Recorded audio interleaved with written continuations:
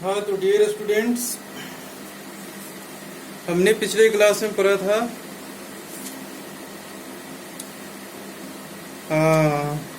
Intercept theorem और mid point theorem. ठीक है।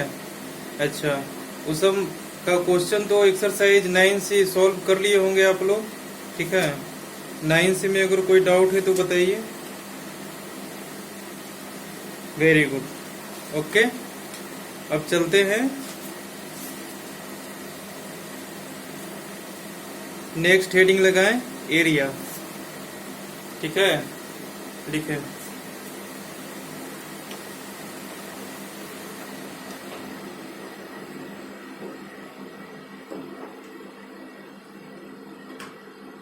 नेक्स्ट हेडिंग लगाएं एरिया। ये हमारा area of quadrilateral, parallelogram, rhombus. ठीक है, सारी चीज का एरिया इसमें पढ़ना है। ठीक है। और एक खास बात है कि एरिया फाइंड करने के लिए नहीं है इसमें। ठीक है, प्रूफ करना है कि इसका एरिया इसके इक्वल होगा, इसका एरिया इसके इक्वल होगा। ठीक है, इस टाइप के क्वेश्चंस आपको इस चैप्टर में मिलेंगे। पहले भी हमने एक चैप्टर पढ़ा था एरिया, उसमें सिर्फ ट्रायंगल्स के बारे में हमने डिस्कस किया था, लेकिन इसमें पॉलीगॉन्स जितना भी है हमारा, ट्रायंगल, क्वाड्रिलेटरल और क्या उसको कहते हैं, पेंटागोन, हेक्सागोन, ठीक है, हेप्टागोन, मतलब पॉलीगॉन्स बोल सकते हैं। मतलब क्वाड्रिलेटरल उसको बोलते हैं जिसके 4 साइड्स हो, पेंटागोन उसको बोलते हैं जिसके 5 साइड्स हो, हेक्सागोन उसको बोलते हैं जिसके पास 6 साइड्स हो, और पॉलीगॉन उसको बोलते हैं जिसके पास बहुत सारे साइड्स हो। बहुत सारे साइड्स मतलब 5 भी हो सकते हैं, 6 भी हो सकते हैं, 7 भी हो सकते हैं, 8 भी हो सकते हैं। ठीक है, अनगिनत भी हो सकते हैं, 50 साइड भी हो सकते हैं। ठीक है, तो पॉलीगॉन का मीनिंग समझ में आ गया। ठीक है। अच्छा, अब लिखें यहाँ पर, देखें मैं कुछ चीजें को यहाँ डिस्क्राइब करता हूँ। ठीक है, पहला है हमारा ट्रायंगल। ठीक है, लिखे नहीं अभी ट्रायंगल, हेडिंग वेडिंग नहीं लगाना है। एक ट्रायंगल लिया हमने, एक हमने क्वाड्रिलेटरल लिया, किसी भी टाइप का इर्रेगुलर शेप का। ठीक है, हमने ऐसा ले लिया। ठीक है ना, ऐसा। ठीक है, ये हमारा पेंटागोन है। ठीक है, एक हमारा हेक्सागोन ले लिया। ठीक है, इस टाइप का। ये हमारा क्या है, हेक्सागोन है जिसके 6 साइड्स हैं। ठीक है, हेप्टागोन भी हो सकते हैं। इन सब को हम पॉलीगॉन बोल सकते हैं। ठीक है, ये सब क्या है हमारा, पॉलीगॉन। ठीक है, किसी भी राउंड फिगर का एरिया, उसका मीनिंग क्या होता है हमारा, उसका इंटरनल पार्ट कितना ऑक्युपाई कर रहा है। मीनिंग एरिया ऑफ ट्रायंगल, अगर ये एबीसी ट्रायंगल है, ठीक है, एरिया ऑफ ट्रायंगल एबीसी, इसका मतलब क्या हो गया, ये बोल रहा है कि ये पार्ट कितना ऑक्युपाई कर रहा है। मतलब ट्रायंगल हमारा ट्रायंगुलर शेप का बाउंड्री है। ठीक है, इस बाउंड्री से घिरा हुआ कितना सरफेस है हमारे पास, ठीक है, वो क्या हो जाता है हमारा एरिया। ठीक है, एरिया को हम स्क्वायर यूनिट्स में मेजर करते हैं, स्क्वायर यूनिट्स।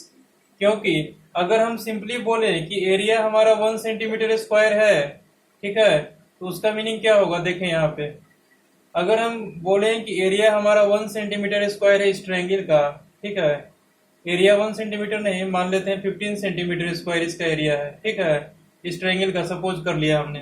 ठीक है, तो 15 सेंटीमीटर स्क्वायर का मीनिंग क्या है हमारा, इसके अंदर 1 सेंटीमीटर के स्क्वायर अगर फॉर्म करेंगे, ऐसा स्क्वायर जिसका की साइड 1 सेंटीमीटर हो, तो मान लेते हैं कि ये ऐसा स्क्वायर है जिसका साइड 1 सेंटीमीटर है चारों तरफ से। ठीक है, तो इस स्क्वायर को 1 सेंटीमीटर डायमेंशन वाले स्क्वायर को अगर इसमें हम प्लेस करेंगे तो इसमें 15 स्क्वायर इसमें आ सकते हैं। ठीक है, मेजरमेंट का यही मीनिंग होता है कि अगर एरिया हमारा स्क्वायर यूनिट्स में है, ठीक है, मतलब चारों ओर से 1 सेंटीमीटर में कितना घिरा हुआ है। अगर मीटर स्क्वायर है तो 1 मीटर का स्क्वायर अगर प्लॉट करते हैं इस सब जगह पे, तो कितना स्क्वायर उसमें एडजस्ट हो सकता है। ठीक है, वही होता है हमारा एरिया। मतलब साफ साफ ये कह सकते हैं क्लियरली कि ये हमारा कितना स्पेस ऑक्युपाई कर रहा है। ठीक है, उसको क्या बोलेंगे, एरिया। इसका एरिया का मीनिंग क्या होगा, इसके बाउंड्री से घिरा हुआ सरफेस जो भी है, ये कितना स्पेस ऑक्युपाई कर रहा है, ये होगा हमारा इसका एरिया। इसका एरिया का मीनिंग होगा वही, ठीक है, अंदर में कितना स्पेस ऑक्युपाई कर रहा है, ठीक है। किसी भी चीज का एरिया का मतलब ये होता है। अब होता है इंटीरियर पार्ट, ठीक है। अगर इस ट्रायंगल के बारे में बात करेंगे और बोलेंगे कि इसका इंटीरियर पार्ट कौन सा है, तो इस ट्रायंगल के बाउंड्री से जो घिरा हुआ सरफेस है उसमें कोई भी पॉइंट हम ले लेंगे वो ट्रायंगल के इंटीरियर में आएगा, ठीक है। ये बात समझ में आया? कोई भी पॉइंट ले लें या फिर किसी भी इंटीरियर ऑफ ट्रायंगल के बारे में बात करेंगे तो इस बाउंड्री के अंदर के बारे में बात हो रही है। एक्सटीरियर ऑफ ट्रायंगल के बारे में बात करेंगे तो इस ट्रायंगल के बाहरी सरफेस पे बात हो रही है कहीं भी, ठीक है। इस पॉलीगोन में देखिए, पेंटागोन में अगर हम इंटीरियर की बात करें तो इसके अंदर में कितना पॉइंट्स है, ठीक है, इनफाइनाइट पॉइंट्स होंगे। किसी भी पॉइंट की बात हो सकती है, ठीक है, इंटीरियर में। और एक्सटीरियर में क्या होगा, इसके बाहर ये जो बाउंड्री घिरा हुआ है इसके बाहरी सरफेस को बोलते हैं एक्सटीरियर ऑफ पेंटागोन, ठीक है। इसके इंटरनल सरफेस को क्या बोलते हैं, इंटरनल, ठीक है, इंटीरियर ऑफ पेंटागोन, ठीक है। मतलब कोई भी पॉइंट इसके अंदर में लाई करता है, ठीक है, तो उसको क्या बोलते हैं, इंटीरियर, ठीक है। और ये हो जाएगा एक्सटीरियर पार्ट। उसी प्रकार इसके अंदर में जो भी पार्ट है वो हमारा हो जाएगा इंटीरियर पार्ट और ये हो जाएगा एक्सटीरियर पार्ट, ठीक है। बात समझ में आ गई? उसी प्रकार रेक्टेंगल में भी हो जाएगा। रेक्टेंगल का एक शेप बनाएंगे, रेक्टेंगल के बाउंड्री से घिरा हुआ जो सरफेस है वो हो जाएगा हमारे इंटीरियर पार्ट, वो हो जाएगा एक्सटीरियर पार्ट, ठीक है। तो एरिया हमारा किस में लाई करता है, इंटीरियर पार्ट में लाई करता है, ठीक है। इतना बात समझ में आया, ठीक है ना। अच्छा, अब कुछ पॉइंट्स है हमारे पास, 3 पॉइंट्स, ठीक है, उसको देख लें क्या क्या हम इस्तेमाल करने वाले हैं इस चैप्टर में, ठीक है। हालांकि कुल मिलाकर के हमको यही प्रूफ करना है, ठीक है, कि इसका एरिया इज इक्वल टू इसका एरिया होगा या फिर उसका एरिया इज इक्वल टू उसका एरिया होगा, ठीक है। ऐसा ही क्वेश्चन रहेगा, मतलब प्रूफ करने के लिए रहेगा। ये नहीं रहेगा कि फाइंड कीजिए इसका एरिया कितना होगा, ऐसा क्वेश्चन बहुत शायद ही होगा इस चैप्टर में, ठीक है। अच्छा, सबसे पहला देखें कि रीजन्स, ठीक है, रीजन्स देखें। पॉलीगोन का हमारा एक रीजन है, ठीक है। मान लेते हैं ये हमारा एक पॉलीगोन है, हमने स्क्वायर बना दिया लेकिन मान लेते हैं ये पॉलीगोन है अभी फिलहाल थोड़ी देर के लिए, ठीक है। तो इसमें 3 पॉइंट्स है हमारे पास, क्या देखें,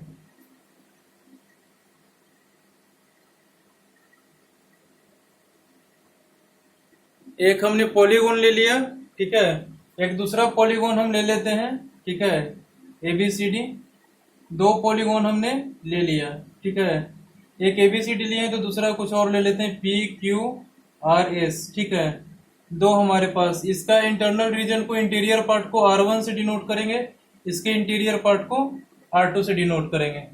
ये क्या है हमारा इंटीरियर पार्ट, ठीक है। ये क्या है हमारा इंटीरियर पार्ट। इंटीरियर पार्ट मतलब अंदर वाला पार्ट, ठीक है, जो भी कर सकते हैं। एक्सटीरियर मतलब बाहरी भाग, ठीक है। अच्छा, इसमें हमारे पास 3 पॉइंट्स हैं, ठीक है। पहला पॉइंट हमारा क्या है, ये देखें, पहला R1 is congruent to R2, ठीक है।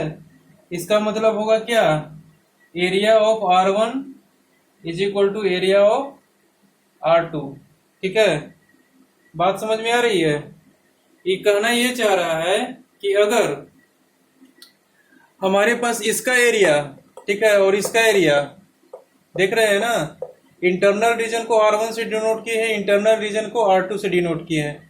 ये इसका इंटरनल रीजन इसके इंटरनल रीजन से, ठीक है, यानी इसका इंटीरियर पार्ट इसके इंटीरियर पार्ट का कॉन्ग्रुएंट है, मतलब इंटीरियर पार्ट एक दूसरे का इक्वल है, ठीक है।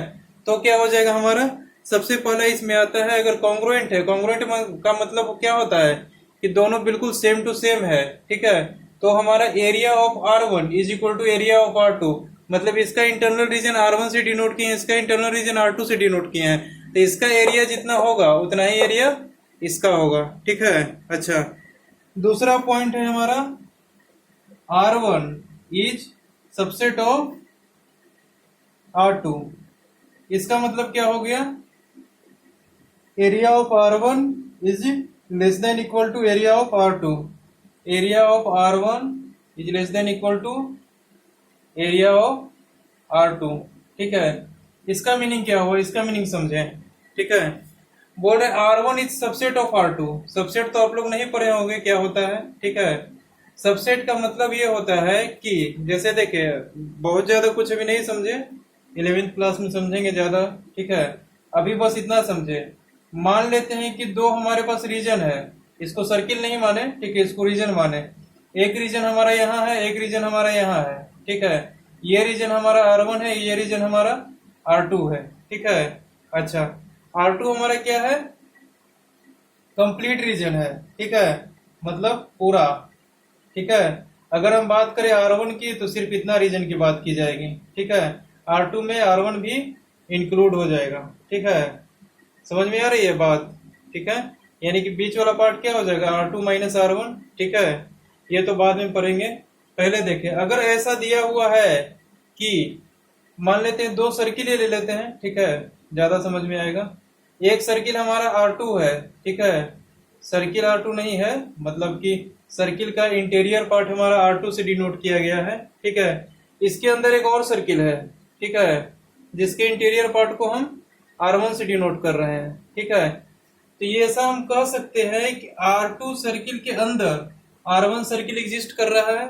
ठीक है, अगर R2 सर्किल के अंदर R1 सर्किल एग्जिस्ट कर रहा है तो इसको क्या हम बोलेंगे कि R1 is subset of R2। ठीक है, कहने का मतलब R2 के अंदर R1 इजिली लाई कर सकता है।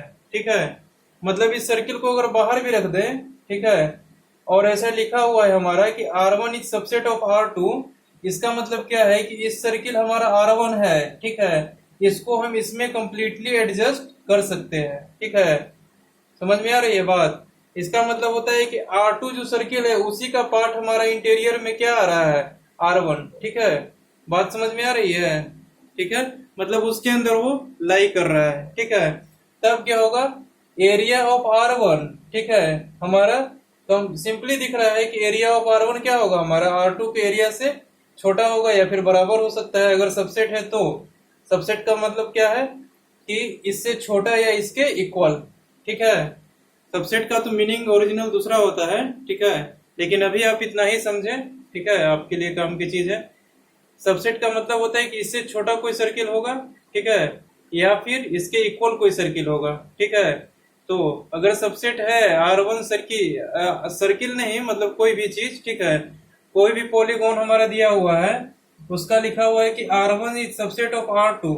इसका मतलब क्या हो गया, ठीक है, कि हमारा एरिया ऑफ R1, पॉलीगॉन का इंटरनल पार्ट जो हमारा एरिया ऑफ R1 होगा, is less than equal to area of R2। इसमें समझे, मान लेते हैं कि R2 हमारा ये रीजन है, R1 हमारा ये रीजन है। ठीक है, तो अगर लिखा हुआ है कि R1 is subset of R2, कहने का मतलब क्या है कि R1 को अगर उठा करके यहाँ पे रखेंगे तो R2 में बिल्कुल लाई कर जाएगा, मतलब R2 के इंटीरियर पार्ट जो है, ठीक है, उसमें लाई कर जाएगा कंप्लीटली। ठीक है, तो सिंपली दिख रहा है area of R1 is less than equal to area of R2। ठीक है, कहीं भी ऐसा लिखा हुआ है तो इसको कंसीडर कर सकते हैं। ठीक है, आगे चले। तीसरा पॉइंट है हमारा, ये देखें, तीसरा पॉइंट है area of R1 union R2। ठीक है, तीसरा area of R1 union R2। ठीक है, इसका मीनिंग क्या है, area of R1 plus R2, area of R1 plus R2। ठीक है, इसका मतलब समझे, अगर कहीं ऐसा लिखा हुआ है, ये तो सिंबल हमारा यूनियन का है। ठीक है, हालांकि इन तीनों को खास जरूरत नहीं पड़ेगी, लेकिन अगर समझे रहोगे तो आगे सॉल्व करने में क्वेश्चन आसानी होगा। ठीक है, ये हमारा यूनियन का सिंबल है। ठीक है, ऐसा लिखा हुआ है तो ये है यूनियन। ठीक है, पढ़ाएंगे आगे। ठीक है, ऐसा लिखा हुआ है तो इंटरसेक्शन, ये लाइन वाला इंटरसेक्शन नहीं है, ये दूसरा इंटरसेक्शन है। ठीक है, अच्छा, ऐसा लिखा हुआ है तो सबसेट। ठीक है, और भी सिंबल होते हैं, कंप्लीट सेट, सुपर सेट, सबका। अभी इन तीन ही सिंबल को पहचाने। ठीक है, इन तीन सिंबल को हो सकता है ब्रैकेट में कहीं करके लिख लें। ठीक है, मतलब क्या है कि R1 यूनियन R2 अगर लिखा हुआ है, मतलब दोनों को ऐड करना है हमको, एरिया को। समझ में आ रहा है बात। अगर ऐसा लिखा हुआ है area of R1 union R2, इसका मीनिंग है कि हमको एरिया ऑफ R1 और R2 दोनों का एरिया को हमको ऐड करना है। ठीक है, इतनी बात समझ में आ गई। ठीक है, ये हमारे 3 पॉइंट्स था जिसको समझना था। ठीक है, समझ गए। ठीक है, अब हमारे चैप्टर हो गए कंप्लीट। इसमें कुछ थ्योरम्स भी है। ठीक है, थ्योरम्स भी है, थ्योरम्स को प्रूव कर देंगे। ठीक है, और उसके बेस्ड पर क्वेश्चंस है तो उसको सॉल्व कीजिएगा, है ना। बाकी पीडीएफ फॉर्मेट में तो ये सारा चीज प्रोवाइड किया हुआ ही है। ठीक है, किया हुआ नहीं है, किया जाएगा कल। ठीक है, कल मैं टोटल चीज डाल दूंगा, सारी चीज का पीडीएफ। ठीक है, अच्छा, अब आते हैं हम थ्योरम नंबर 1 पे। ठीक है, थ्योरम 1 क्या कहता है?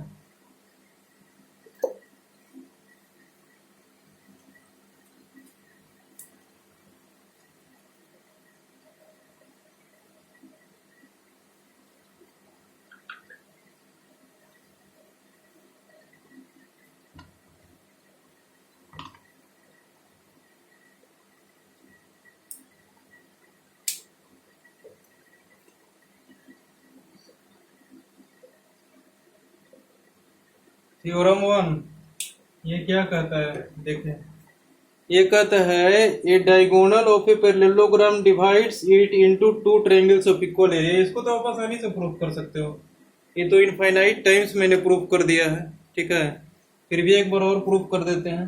ठीक है, क्या लिख रहा है? ए, बहुत इजीली इसको प्रूव कर सकते हैं। A diagonal of a parallelogram divides it into 2 triangles of equal area, divides it into 2 triangles of equal area।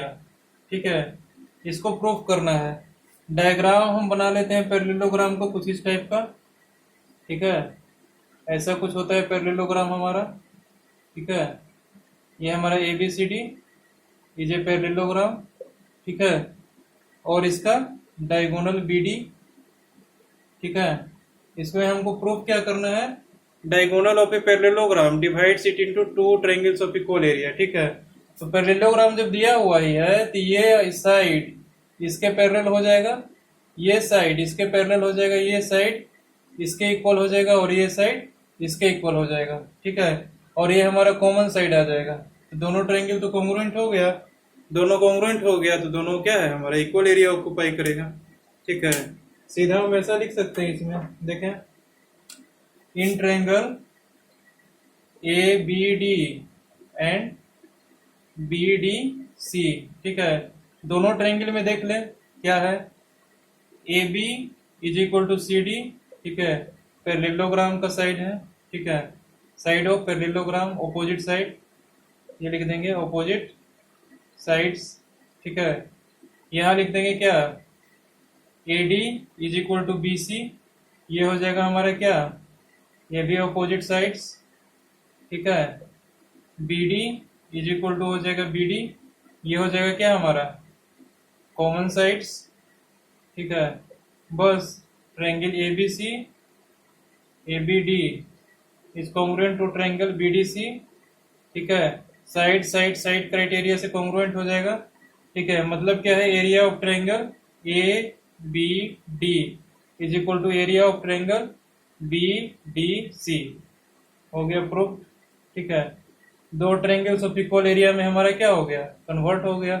इसका एरिया मान लेते हैं R1, इसका एरिया मान लेते हैं R2। ठीक है, दोनों रीजन क्या हो गया, आपस में ओवरलैप कर गया, मतलब दोनों का एरिया क्या है हमारा, इक्वल है। ठीक है, प्रूफ हो गया। उसी प्रकार अगर डायगोनल A से C भी कर देंगे, ठीक है, तो भी हमारा हो जाएगा। ये दोनों साइड, ये दोनों साइड, और ये common side, AC common side हो जाएगा। फिर 2 ट्रायंगल आपस में कॉन्ग्रुएंट हो जाएगा, तो 2 ट्रायंगल ऑफ इक्वल एरिया में वो भी कन्वर्ट कर देगा। ठीक है, तो ये तो प्रूफ हो गया हमारा। ठीक है, अब पैरेललोग्राम का बेस और एल्टीट्यूड किसे बोलेंगे, ये देखें।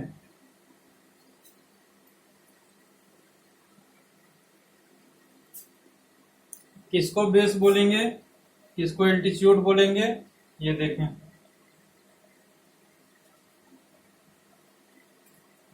मान लेते हैं कि हमारा एक पैरेललोग्राम गिवन है, ठीक है। कैसा पैरेललोग्राम गिवन है? ऐसा, ये हमारा पैरेललोग्राम,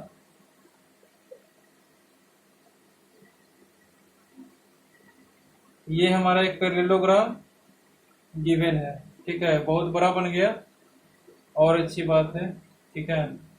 ये हमारा पैरेललोग्राम है एक, ठीक है, दिख रहा होगा पैरेललोग्राम, ठीक है ना। अच्छा, ये बोल रहा है कि बेस किसे कहते हैं और एल्टीट्यूड किसे कहते हैं। इसमें बेस और एल्टीट्यूड डिफाइन कर रहे हैं अभी, ठीक है। देखिएगा यहाँ, ठीक है। हमें पता है, क्या पता है? ये साइड और ये साइड पैरेलल है, ये साइड पैरेलल है, ये साइड इक्वल है, ये साइड इक्वल है, ठीक है।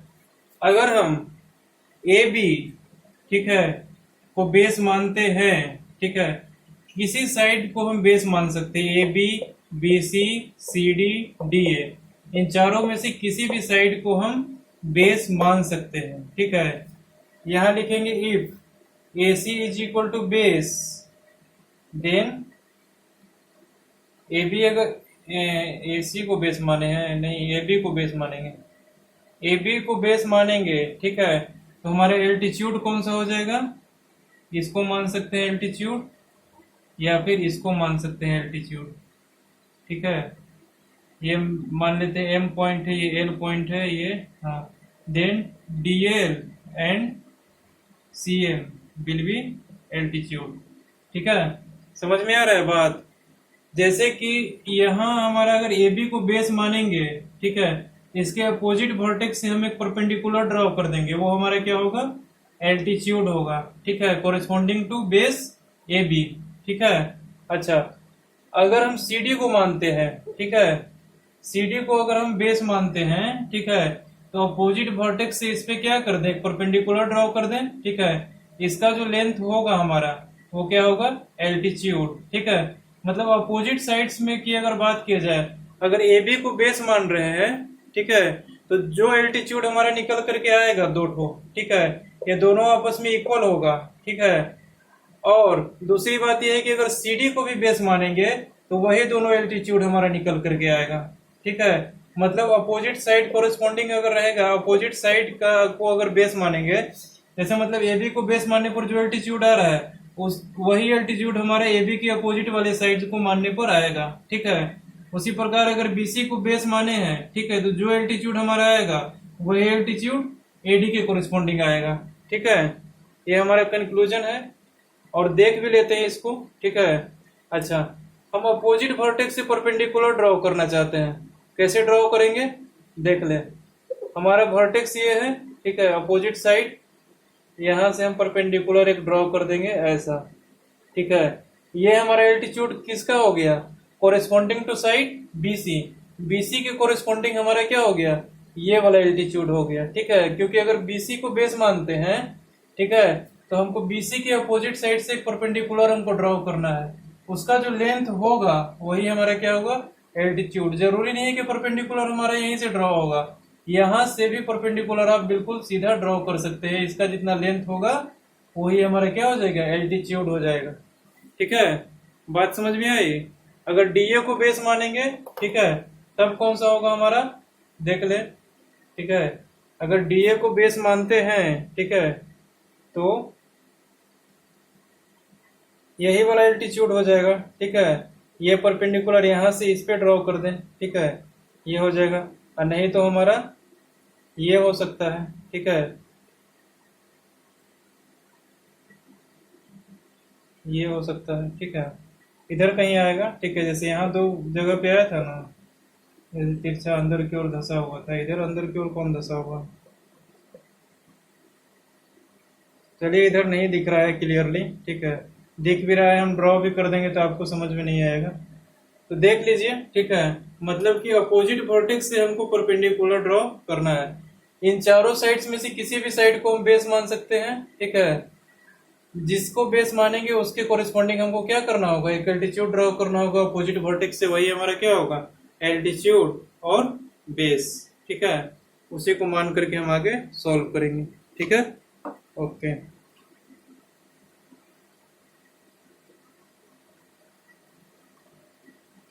दूसरा थ्योरम कहते हैं हमारा parallelograms on the same base and between same parallels are equal in area. ठीक है, ये क्या है हमारा, देखें।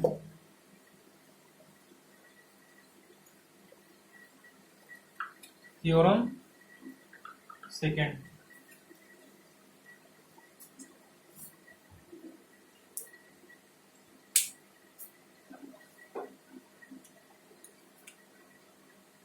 Theorem 2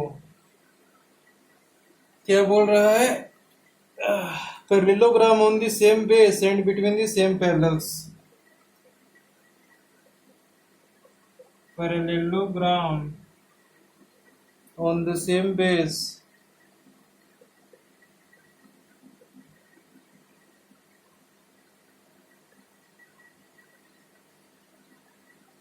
and between the same parallels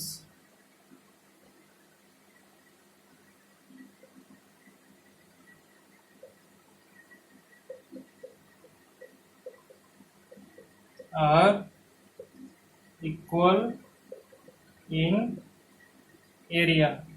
ठीक है, अच्छा, इसका मतलब क्या हो गया ये देखें। सबसे पहले इसको प्रूफ करने के लिए एक ट्राइपीजियम हम बना लेते हैं। ठीक है, करना पैरेललोग्राम में ये प्रूफ, ठीक है, लेकिन हम ट्राइपीजियम बना रहे हैं। सबसे पहला स्टेप है हमारा इसको प्रूफ करने के लिए। ठीक है, करना हमारा वही काम है, पैरेललोग्राम वाला है। ठीक है, ट्राइपीजियम का कोई कंसेप्ट यहाँ नहीं लगेगा। ठीक है, लेकिन हम एक शेप बना लेते हैं ताकि हमको प्रूफ करने में सहूलियत हो। ठीक है, ऐसा, ठीक है ना, ये है हमारा ए बी सी डी। ठीक है, अच्छा, वर्टेक्स से 2 लाइन खींच देते हैं। ठीक है,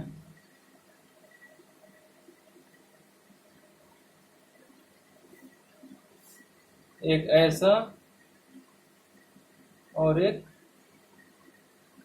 ऐसा। ठीक है,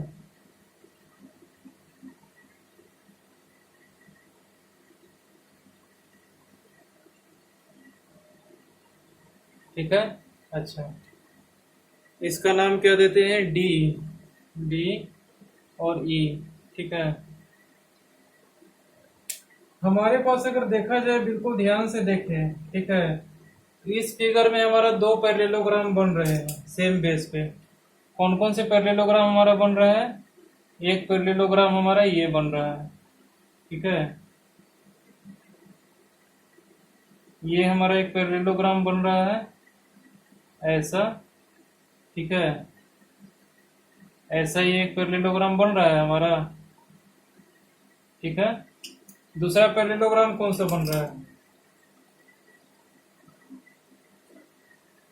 दूसरा पैरेललोग्राम हमारा ये वाला बन रहा है, ये ऐसा।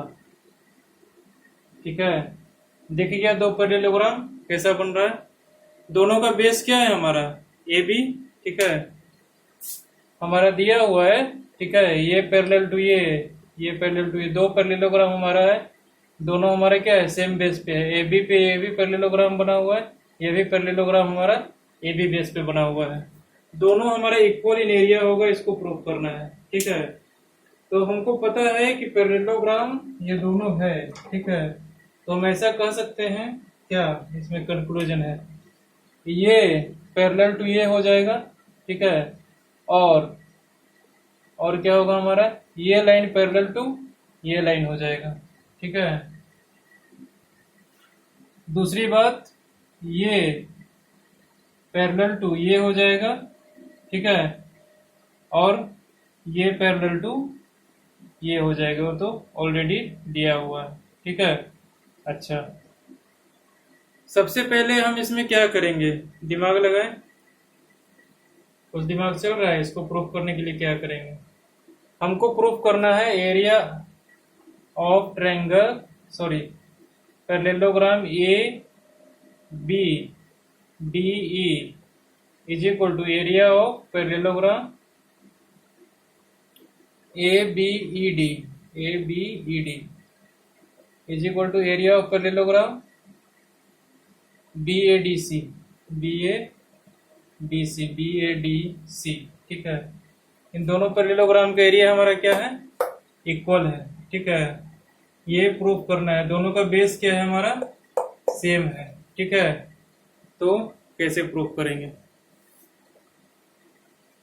सबसे पहले दिमाग लगाएं, ये दोनों ट्रायंगल कॉन्ग्रुएंट कैसे हो सकता है। ये दोनों ट्रायंगल कॉन्ग्रुएंट कैसे हो सकता है।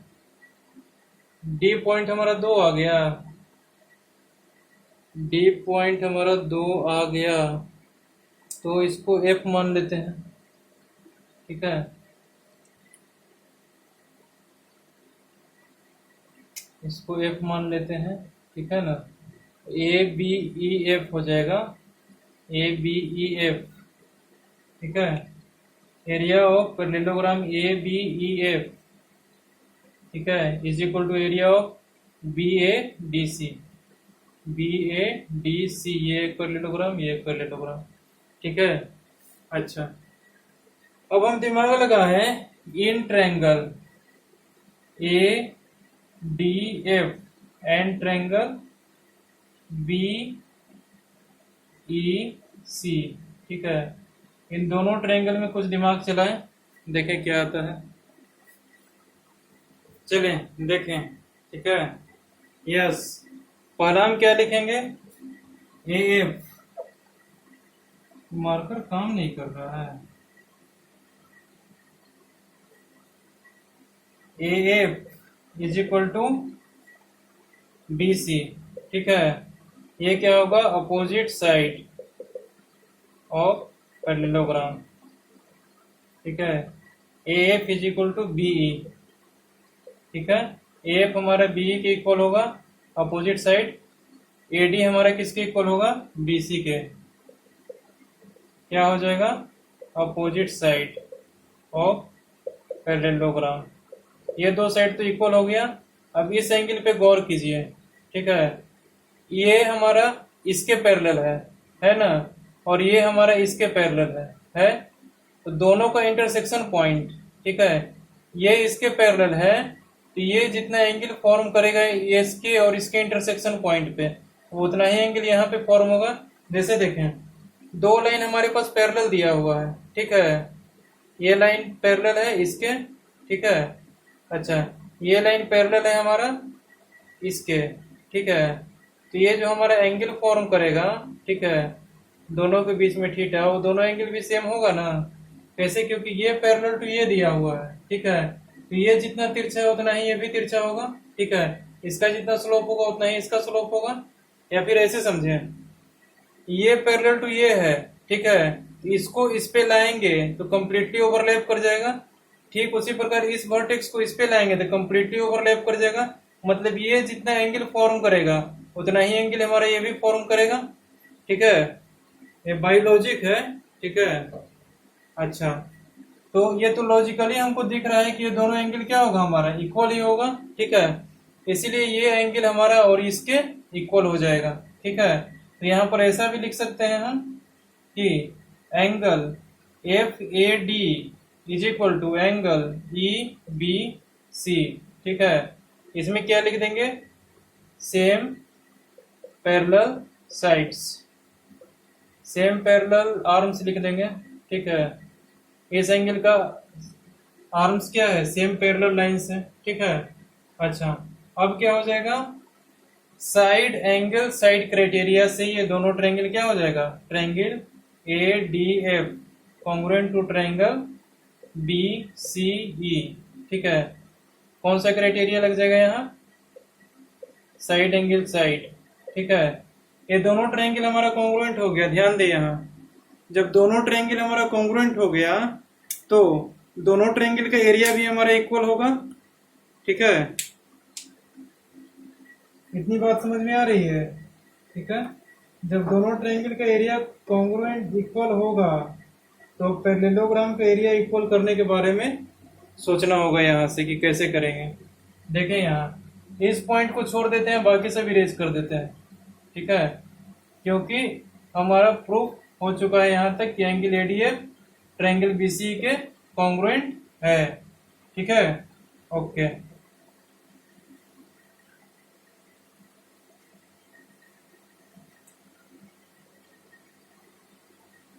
अब देखें, इसी पॉइंट को हम यहां लिख लेते हैं।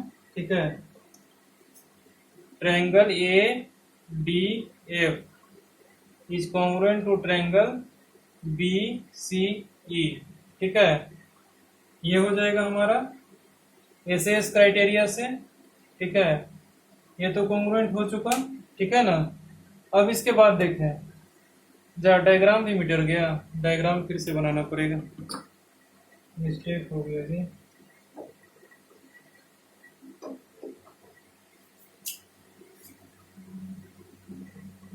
इसको ऐसे घेर सकते हैं, घेर दें। ठीक है, अच्छा,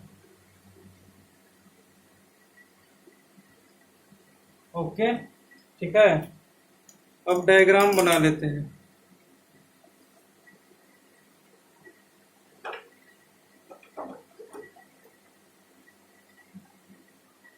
डायग्राम हमारा ऐसा कुछ था। ठीक है, अब देखें यहाँ, अब देखना ये है कि इन सब में से कौन कौन साइड हमारा पैरेलल था।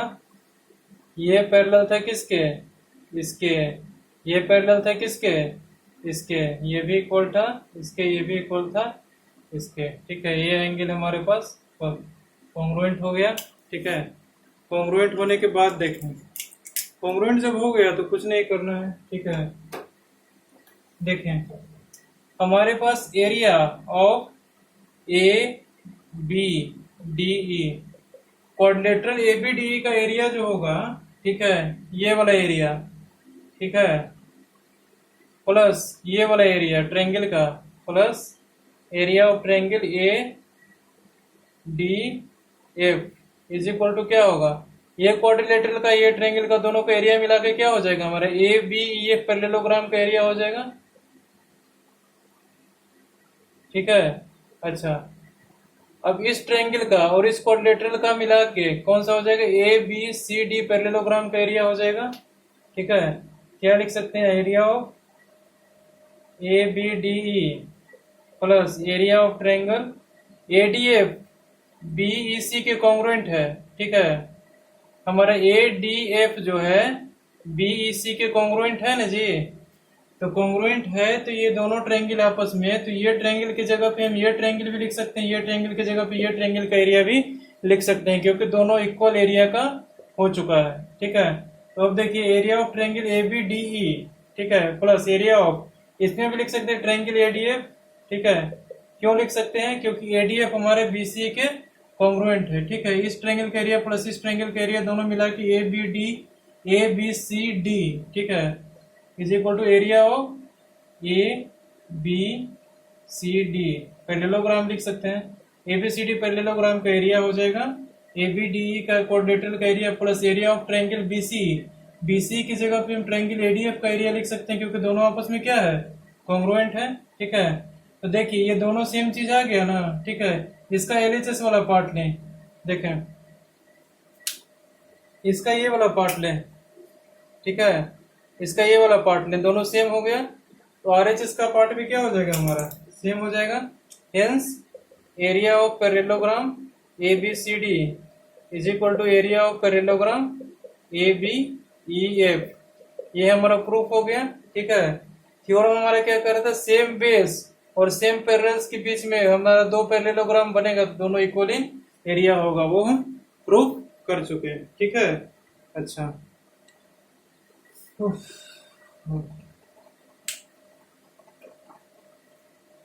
चलिए यही दो थ्योरम हमारे इस चैप्टर में महत्वपूर्ण था। ठीक है, अब कुछ फॉर्मूले लिख लें। ठीक है, फॉर्मूला क्या लिखें, यहाँ देखें,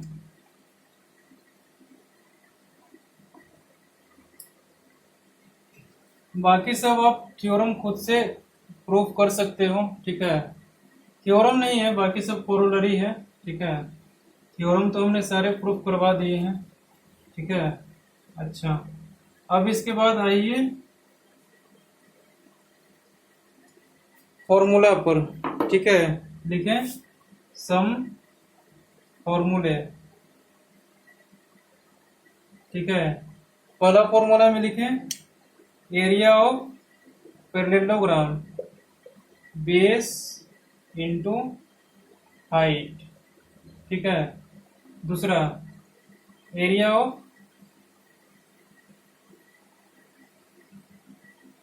triangle half into base into height, ठीक है। बेस किसी को भी मान सकते हैं, हाइट हमारा उस बेस के परपेंडिकुलर कोरिस्पोंडिंग अपोजिट साइड से परपेंडिकुलर ड्रॉ करेंगे, वो होगा हमारा हाइट, ठीक है। अभी ना बताएं। तीसरा रोम्बस, रोम्बस का एरिया क्या हो जाएगा, half into product of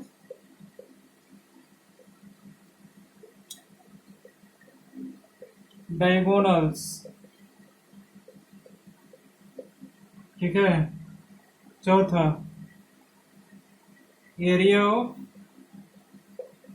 trapezium, ये क्या हो जाएगा हमारा, half into sum of parallel sides into distance between them, ठीक है। ऐसा हम लिख सकते हैं।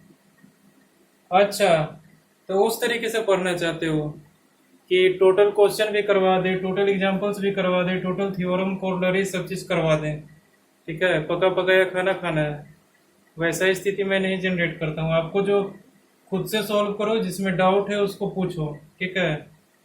और मैं सीबीएसई का फैकल्टी नहीं हूँ, मैं जेई मेन का फैकल्टी हूँ, जेई मेन और एडवांस का, ठीक है। तो मैं इस लेवल पर मैं बहुत बोर फील करता हूँ, ठीक है। इसलिए जो जो इम्पोर्टेंट चीजें हैं, ठीक है, वो सब चीजें मैं बता रहा हूँ, ठीक है। बिल्कुल अगर वैसा पढ़ाने के लिए कहोगे तो मेरे पास उतना टाइम नहीं है, ठीक है।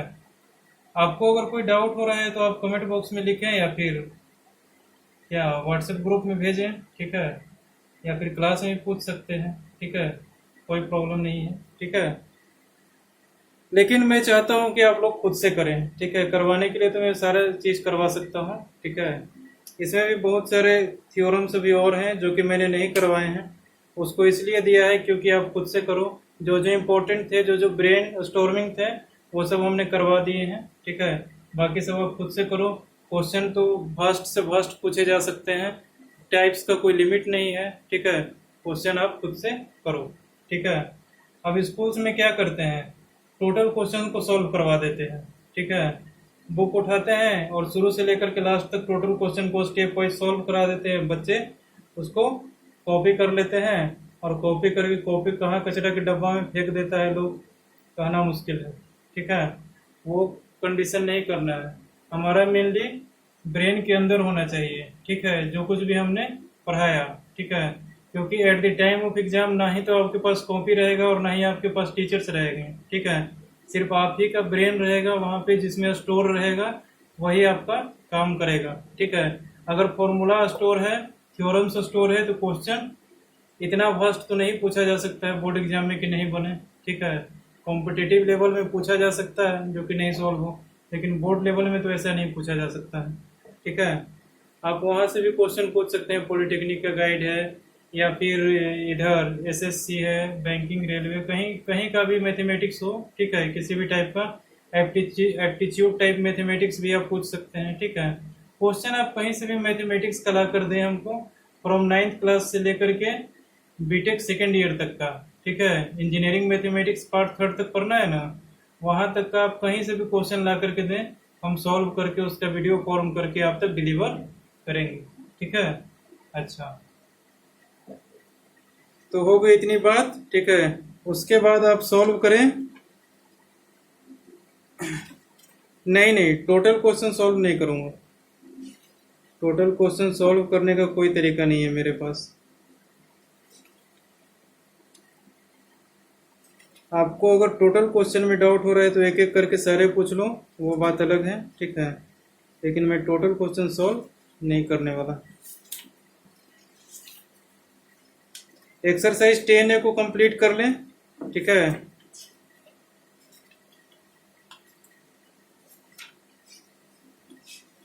कंप्लीट कर लें एक्सरसाइज 10A को, और एक्स्ट्रा करना है तो फॉर्मेटिव असेसमेंट CCA का कुछ क्वेश्चन है वो सब कर लें।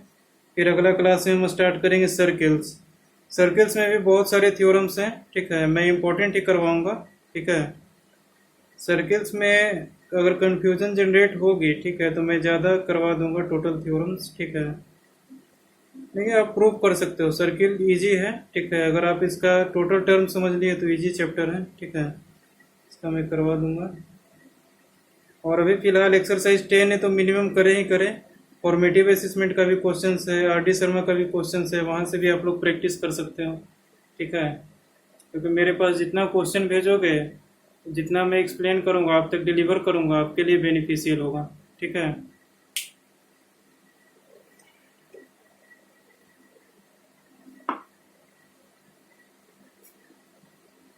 चलें तो मिलते हैं नेक्स्ट क्लास में, ठीक है। आज का होमवर्क रहेगा आपका क्या, देख ले यहाँ, कंप्लीट एक्सरसाइज 10A, ठीक है। कहाँ से कंप्लीट करना है, RS अग्रवाल क्लास 9, ठीक है। जो भी डाउट्स हो आप पूछ सकते हैं, ओके ओके। तब तक के लिए बाय, मिलते हैं नेक्स्ट क्लास में नए चैप्टर के साथ सर्किल।